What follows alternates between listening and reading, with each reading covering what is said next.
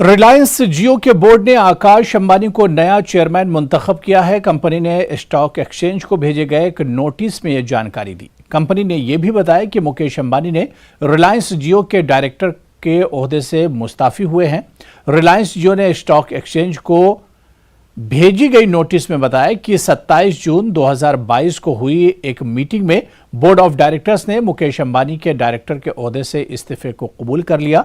यह इस्तीफा पीर 27 जून को काम के वर्किंग आवर खत्म होने के साथ ही लागू हो गया। इसके साथ ही बोर्ड ने कंपनी के non executive directors Akash Ambani की बोर्ड ऑफ डायरेक्टर्स के तौर पर चेयरमैन के तौर पर तकर्री को भी मंजूरी दे दी है। आकाश अंबानी रिलायंस इंडस्ट्रीज के चेयरमैन मुकेश अंबानी के बेटे हैं।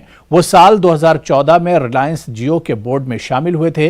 काबिल जिक्र है कि रिलायंस जियो तेल से लेकर रिटेल तक के कारोबार में मौजूद कारोबारी ग्रुप रिलायंस इंडस्ट्रीज का टेलीकॉम यूनिट है।